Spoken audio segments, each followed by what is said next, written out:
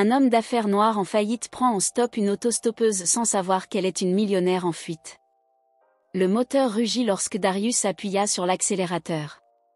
30 secondes plus tard, 3 hommes en costume sombre encerclèrent sa voiture, leur visage marqué par une hostilité à peine voilée. « Tu es sûr de ne pas avoir vu une femme blonde passer par ici ? Peut-être qu'elle a demandé son chemin, demanda le plus grand d'entre eux, en se penchant vers la fenêtre tandis que ses yeux scrutaient l'intérieur du véhicule usé. Darius secoua calmement la tête, gardant ses mains bien visibles sur le volant. « Comme je l'ai dit tout à l'heure, monsieur, je me suis juste arrêté pour changer un pneu crevé. Je n'ai vu personne. » L'homme le fixa quelques secondes supplémentaires, son regard froid évaluant l'homme d'affaires noir de 38 ans, vêtu d'un costume élimé, dans une voiture avec 2 ans de mensualité encore à payer.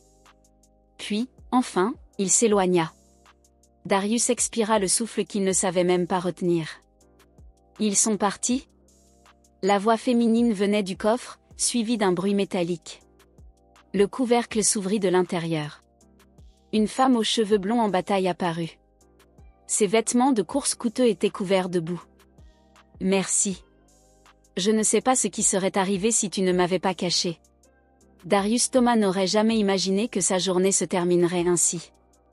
Il y a à peine 3 heures, il était encore assis dans le bureau vide de son entreprise technologique, contemplant l'avis d'expulsion finale et la pile de factures impayées. 7 ans à bâtir une entreprise à partir de rien. Et tout s'était effondré. À cause d'investisseurs qui s'étaient mystérieusement retirés après avoir découvert que le fondateur était noir. « Qui sont-ils » demanda Darius en regardant la femme dans le rétroviseur alors qu'elle s'installait sur la banquette arrière. « La sécurité privée de mon père » répondit-elle en lui tendant la main. « Je suis Alexandra Winters, mais tu peux m'appeler Alex. » Darius Thomas, répondit-il automatiquement en lui serrant la main. « Pourquoi les gardes de sécurité de ton père te poursuivent-ils comme si tu étais une criminelle ?» Alex rit sans humour. « Parce que je me suis enfuie de chez moi avec ça. » Elle sortit une clé USB de la poche de sa veste. « Mon père, c'est Richard Winters. PDG de Winters Enterprises. Tu connais ?» Darius se figea. Winters Enterprises. Le conglomérat de plusieurs milliards de dollars responsable de dizaines d'acquisitions hostiles de start-up. Le même groupe qui avait racheté son principal concurrent et écrasé son entreprise sur le marché. « Je le connais très bien », répondit-il, sa voix soudain glacée. « Ils ont pratiquement détruit mon entreprise. » Alex ne sembla pas surprise. « Donc, tu n'es qu'une autre victime des méthodes commerciales de mon père. » Elle agita la clé USB. J'ai la preuve que ces méthodes ne sont pas seulement immorales, mais totalement illégales. Fraude, évasion fiscale, corruption d'organismes de régulation. Le téléphone de Darius vibra. Une alerte venait d'apparaître, un avis de vol de véhicule associé à sa plaque d'immatriculation. Merde. Il montra l'écran à Alex. Ton père vient de nous signaler comme voleur de voiture. Il faut qu'on quitte la route immédiatement. Alex pâlit. Il me retrouvera. Pas si on est préparé, répondit Darius. Un plan prenait forme dans son esprit. Il redémarra le moteur qui, miraculeusement, partit au premier coup.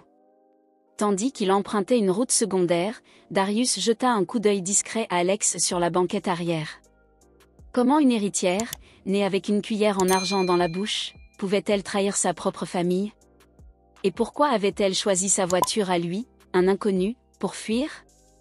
Et surtout, qu'est-ce que Richard Winters voulait cacher à ce point ? Ce que personne n'aurait pu deviner, sur cette route sombre, c'est que cette rencontre fortuite entre un homme ruiné et une héritière rebelle allait révéler un réseau de corruption atteignant les plus hauts sommets du pouvoir. Si cette histoire de justice contre les puissants vous touche, abonnez-vous pour suivre comment un simple acte de gentillesse peut transformer des vies, et faire tomber un empire fondé sur des mensonges. À 2 kilomètres, il y a un chemin de terre. Tourne là, ordonna Alex, les yeux rivés sur le rétroviseur. Je connais un endroit où on peut se cacher. Darius suivit les instructions. La voiture s'engagea sur un sentier presque invisible, bordé d'arbres denses. Le chevalet du sentier était tombé depuis longtemps, rendant la progression difficile. Après 15 minutes de route chaoteuse, ils arrivèrent devant une cabane en bois dissimulée dans la végétation. Une vieille propriété familiale que mon père a complètement oubliée, expliqua Alex, remarquant le regard interrogateur de Darius. Acheté il y a des décennies pour un projet immobilier jamais lancé. À l'intérieur de la cabine poussiéreuse, Darius brancha la clé USB sur son ordinateur portable. L'écran s'illumina, révélant des dossiers, des fichiers, et l'empire criminel de Richard Winters. Contrats frauduleux, courriels incriminants, feuilles de calcul détaillant pots de vin et comptes offshore. Mais un fichier en particulier figea Darius. « Qu'est-ce que c'est » demanda Alex, s'approchant. Darius pointa du doigt l'écran, un mémo détaillant une opération visant à saboter Techvision. « Ton père n'a pas seulement racheté mon concurrent. Il a commandité une cyberattaque sur nos serveurs, divulgué des données clients, et implanté de fausses informations pour effrayer les investisseurs. » Alex inspira profondément. « Je ne suis pas surprise. C'est comme ça qu'il a tout construit. » Darius referma l'ordinateur portable, le visage tendu. « Il nous faut de l'aide. De la vraie. Ça nous dépasse. » Le lendemain matin, ils traversèrent la ville jusqu'à un immeuble discret. Au 6e étage, une plaque simple, Maya Rivera, avocate spécialisée. « Tu es sûre d'elle » murmura Alex, nerveuse. « Absolument. Maya a été la seule à essayer de m'aider quand mon entreprise s'effondrait. Elle soupçonnait déjà depuis longtemps que ton père opérait en marge de la loi. » Maya Rivera les accueillit dans un bureau sobre. À 42 ans, ses cheveux grisonnants et ses lunettes aux montures colorées ne masquaient ni sa rigueur ni sa détermination. « On a enfin les preuves, » dit-elle après avoir parcouru quelques documents. « Darius, tu sais que c'est dangereux. Richard Winters n'est pas juste puissant. Il a des juges, des politiciens, et même des policiers à sa solde. »« C'est pour ça qu'on a besoin de toi, » répondit Darius. « Tu sais comment naviguer dans ce système. » Maya sourit, déterminée. « Il nous faudra un plan. Et de l'aide. » Pendant ce temps, dans son pantouse en verre, Richard Winters fulminait. « Comment ça, tu l'as perdu ? C'est une gamine de 26 ans, bon sang. » Le chef de la sécurité, blême, balbutiait.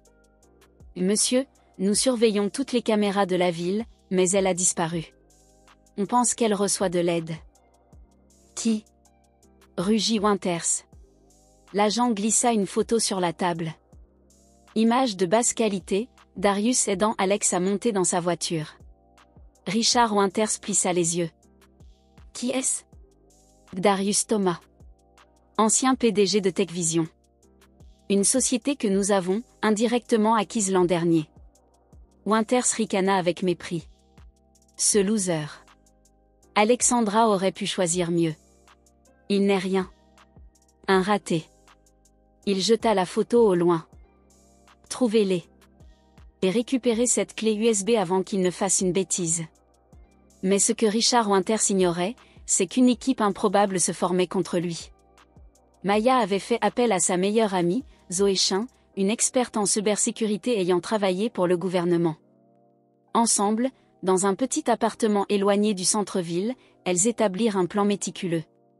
Winters Enterprise travaille avec au moins 3 agences fédérales, expliqua Maya, pointant un tableau sur le mur. Si on prouve une fraude sur des contrats publics, même ses contacts ne pourront le sauver.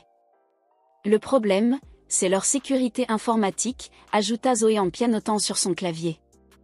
Il nous faut un accès direct pour connecter les données de la clé USB aux systèmes internes de l'entreprise. Pour la première fois depuis des jours, Alex esquissa un sourire. J'ai cet accès. Mon père ne fait jamais entièrement confiance à son équipe IT.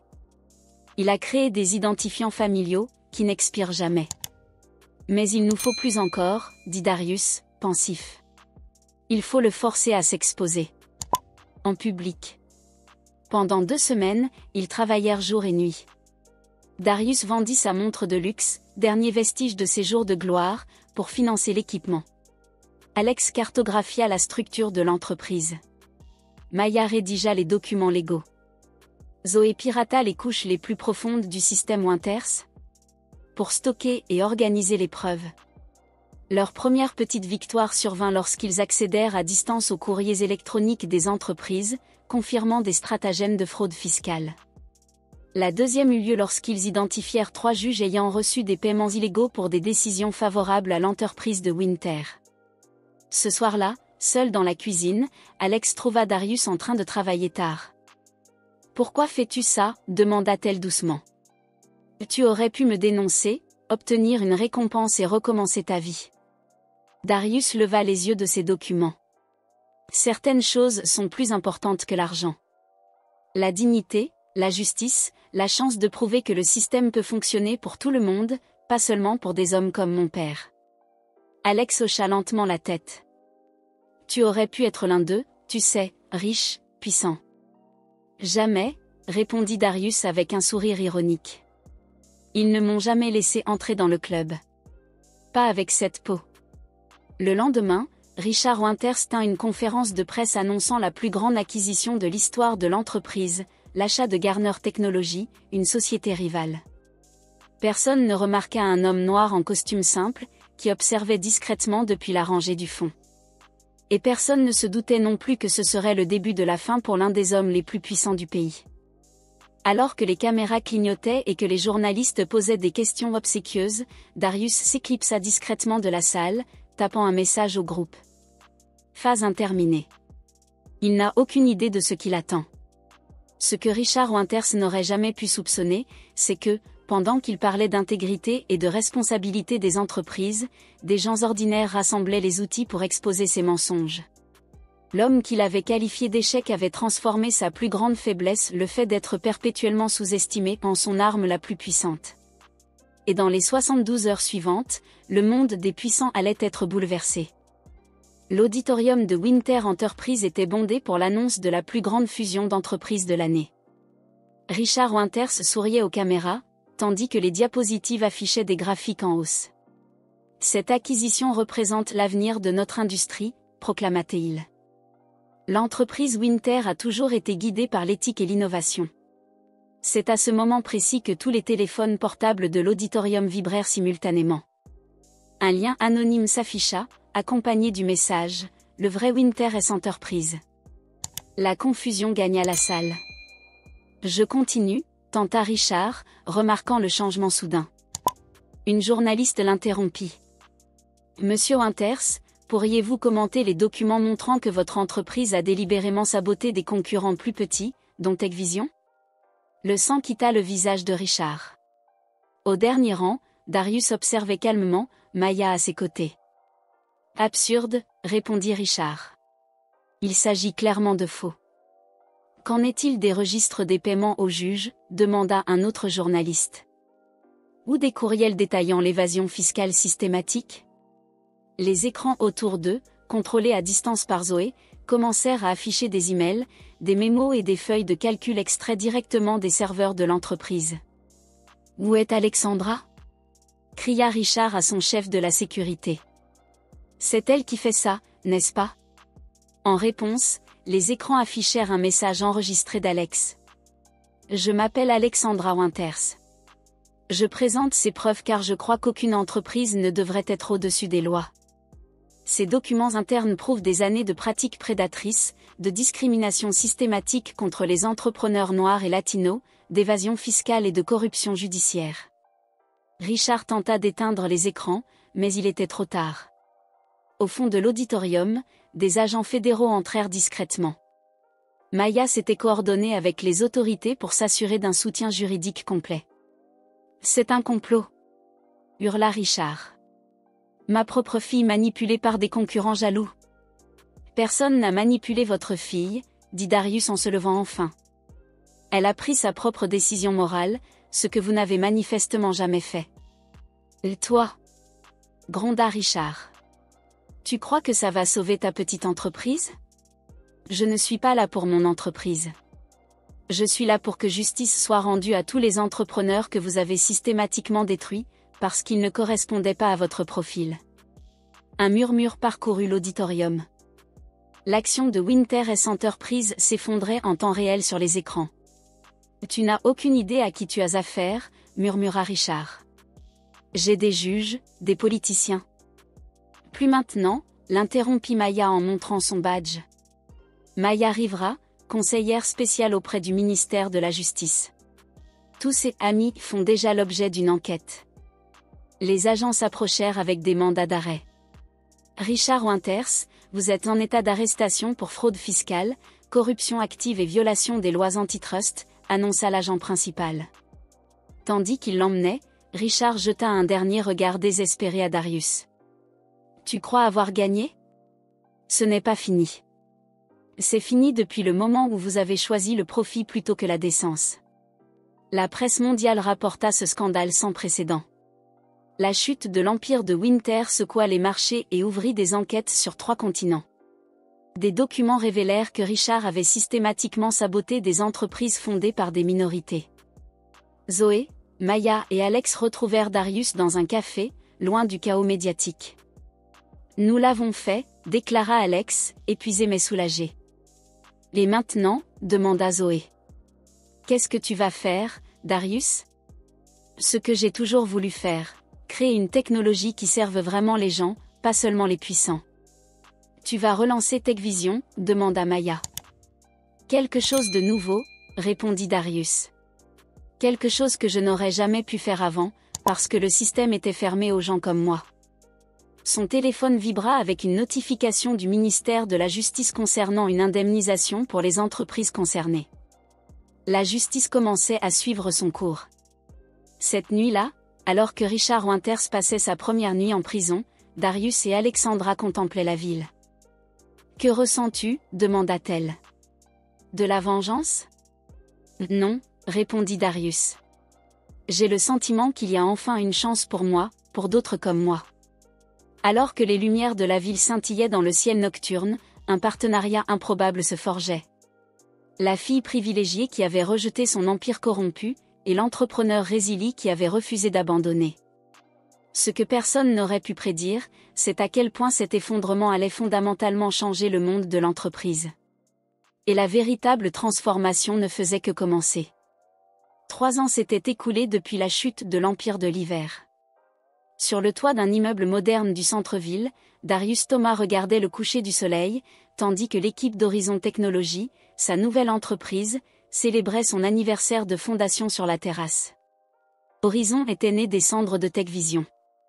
En utilisant le règlement judiciaire qu'il avait reçu après l'affaire Winter, Darius avait créé un incubateur axé spécifiquement sur les startups fondées par des entrepreneurs issus de groupes sous-représentés.